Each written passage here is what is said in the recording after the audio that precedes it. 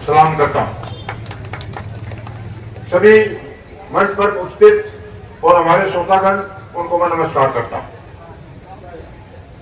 बाबा का संविधान आने से पहले आदमी को, इंसान को एक तालाब में पानी पीने का भी हक नहीं था। जिस तालाब में पशु पानी पीते थे, गोबर करते थे, पेशाब करते थे, वहां भी इंसान पानी नहीं पी सकता था। ये अधिकार किसने दिलाया? बाबा साहब। इंसान को जमीन पर थूकने का भी अधिकार नहीं था।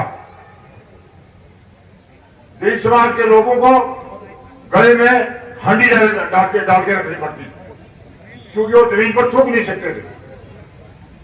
इसी प्रकार से जमीन पर पैरों का निशान भी नहीं कर सकते थे, इसके लिए झाड़ू बांध के रखना पड़ता था।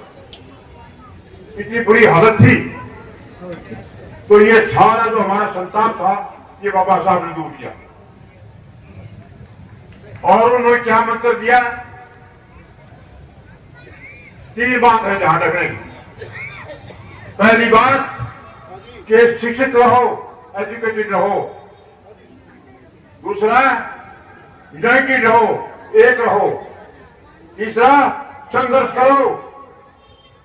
और यदि संघर्ष नहीं किया तो याद रख लेना, ये लोग 20 साल में पढ़ के वही छोड़ देंगे आपको।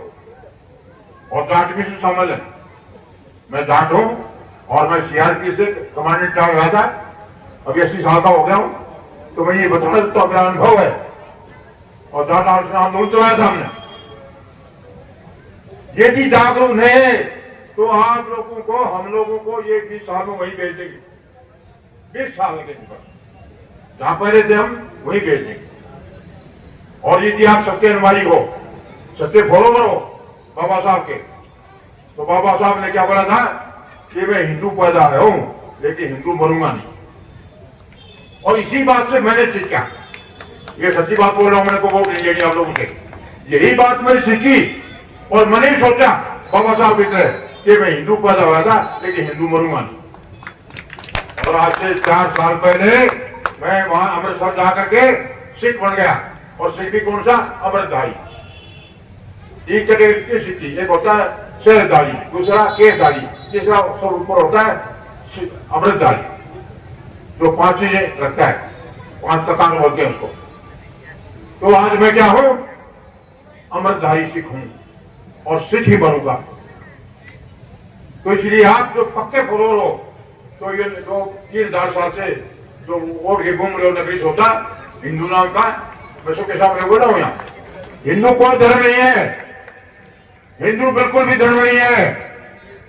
95 का सुप्रीम कोर्ट का जजमेंट है, ये हिंदू कोई धर्म नहीं है, ये एक जीने का तरीका है।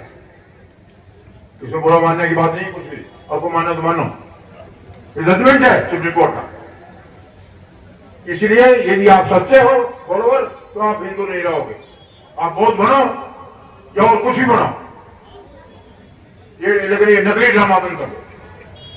कि यहां करके तो आप लोगों कहोगे हम बहुत वो है, बाबा साहब को ऐसे मानते हैं, ये मानते हैं, और फिर जाके मंदिर में घुस जाते हो। जिस मंदिर में तुमको घुसने नहीं दिया किसी।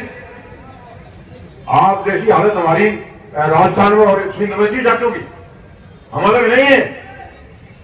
मैंने खुद सरकार को 8 साल तक ये बातें दी लिख करके कि हाँ, हमको हर जगह लिखा है कि ये जो है मरेक्स है, जाटू बोले क्या है हर जगह जगह। तो जाट अलग नहीं है। फर्क ये था कि जाटू को पंजाब के इलाके में जमीन और लठ आ गया था, जमीन आ गई तो लठ आ गया, लेकिन राजस्थान में नहीं था, वो सिंध में नहीं था। राजस्थान में जाट खाट पर बैठता था ना, सॉरी राजपूत खाट पर बैठता था और जाट नीचे बैठता था। कब तक? फिर नानके वहां पर झुंझुनू जिले में जानता हूं, देखा है वहां मैंने।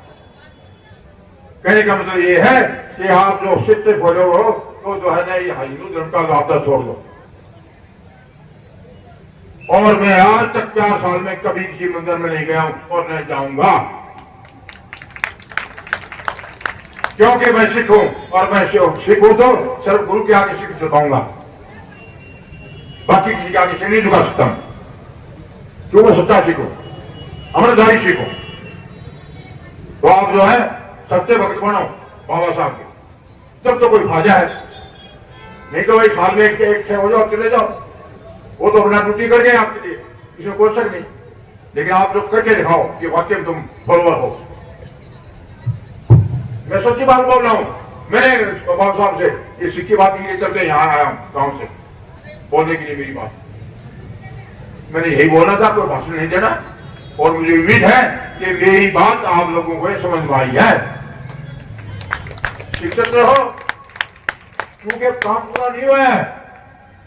गांव में भी आपको घोड़े पर नहीं, आपकी निकासी नहीं निकलने देते लोग, घोड़े नीचे उतार लेते हैं। 80 साल के बाद भी ये हालत है। और यदि आप सोगे, जागरूक नहीं रहे, तो ये दोबारा आपकी हमारी बहुत बुरी हालत कर देंगे। देख लेना, यदि गलती कर दी तो।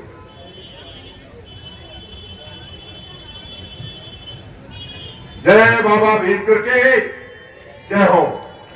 बस यही बोला था। बहुत बहुत धन्यवाद। आपने 2 मिनट का मेरा टाइम दिया।